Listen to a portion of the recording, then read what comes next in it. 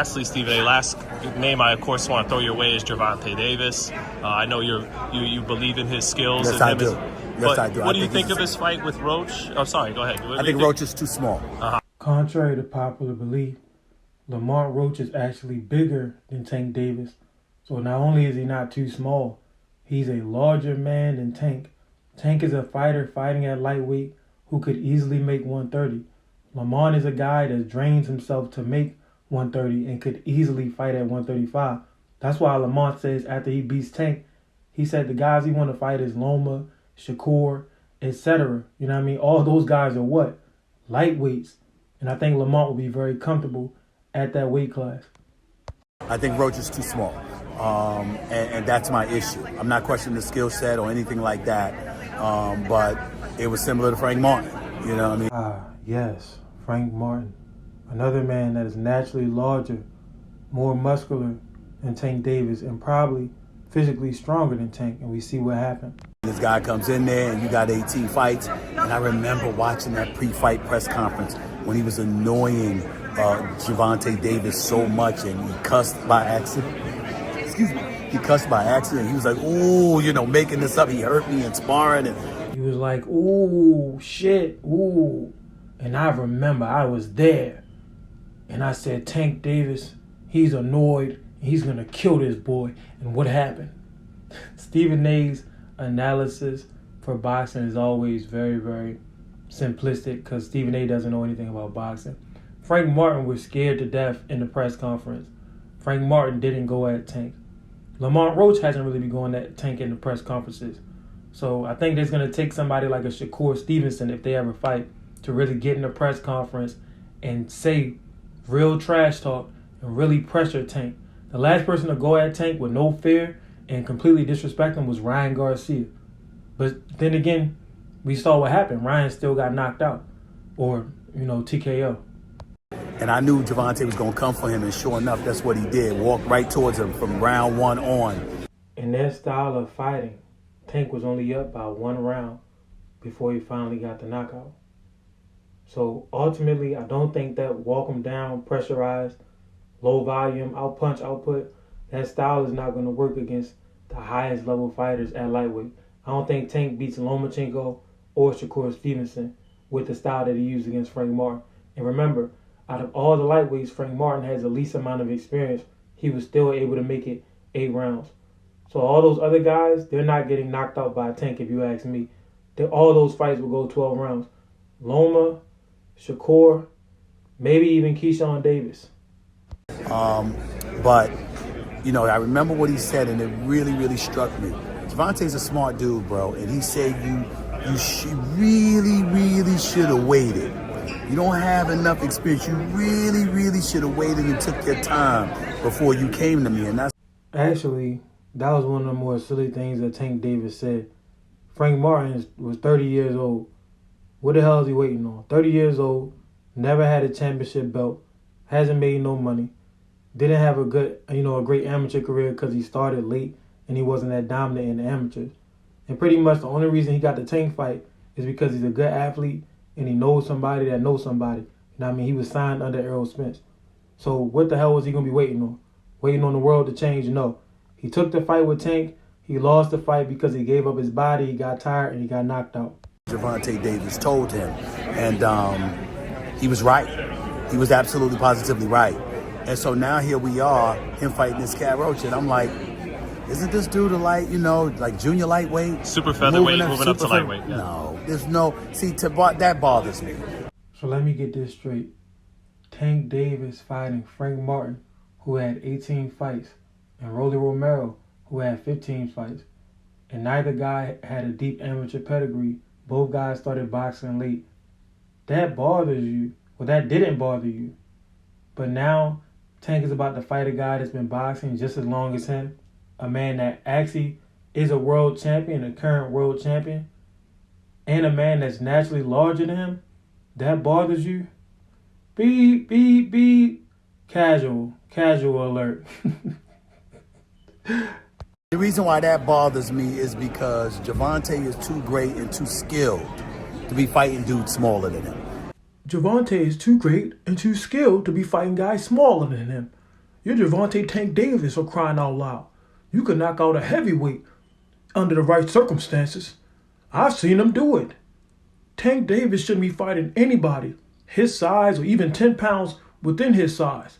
He needs to be up there fighting the Usyks of the world, the Tyson Furies of the world, the Deontay Wilders of the world. Gervonta Davis could knock out welterweights. Cap. Tank already said he wasn't comfortable at 140. He barely stopped Barrios. There are no top welterweights that Tank Davis is going to get in there with him and knock him out. And he doesn't throw that many punches, so it's going to be hard for him to win on the cards against a welterweight.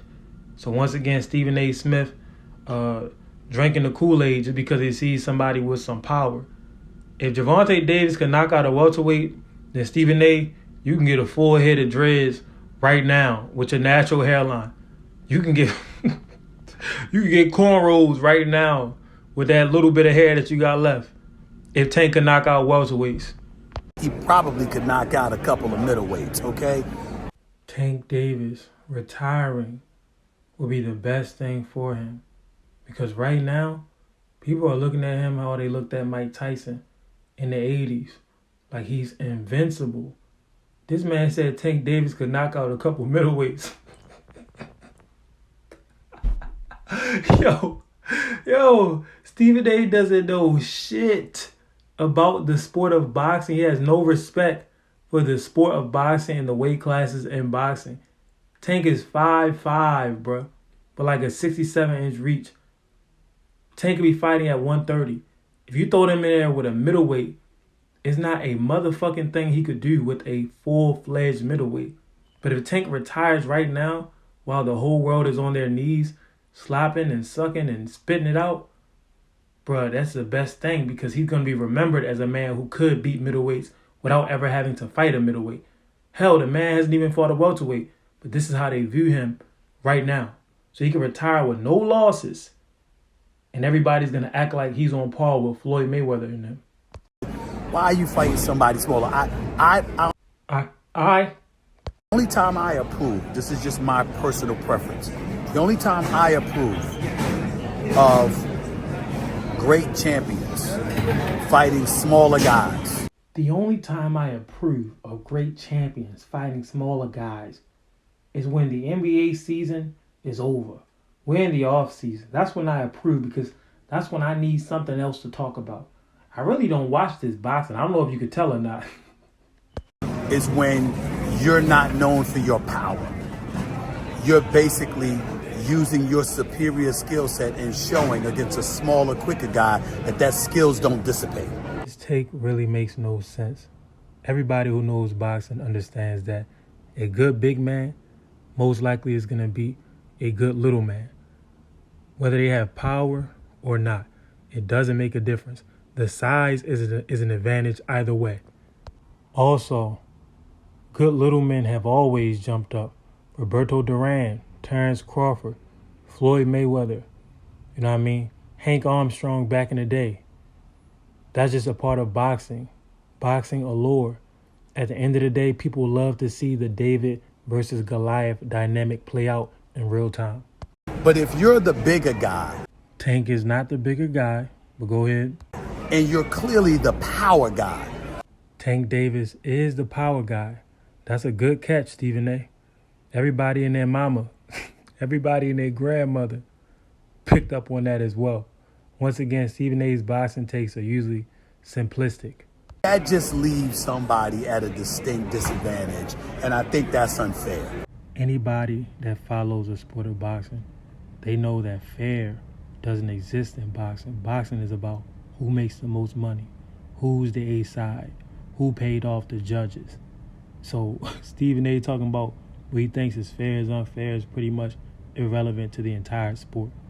So that's how I look at it, and that's what bothers me about Gervonta fighting this guy. There's Teofimo Lopez at 140. Fight that brother. Teofimo Lopez should never be referred to as a brother ever. This man called Bud and Tank two monkeys and said, whichever monkey wants the banana. That's number one. Number two, Teo already admitted that he doesn't think he can beat Tank Davis. He said somebody's going to get knocked out. May the best man win. So Teo really doesn't even want to fight with Tank. The only reason he'll take a fight with Tank is to get money to get knocked out. So I don't know why you'll be thirsty to see a fight with a man who doesn't believe in himself. Fight somebody your size or bigger who is one of the top-ranked fighters, if not a champion. And what Stephen A is really saying is, fight somebody with a big name that we all know and love. Lamont Roach is not known by casuals at all, but Lamont Roach is a champion and has a better amateur pedigree than anybody that Tank Davis has fought. Literally, Lamont Roach is literally the best opponent of Tank Davis' entire career. Naturally so.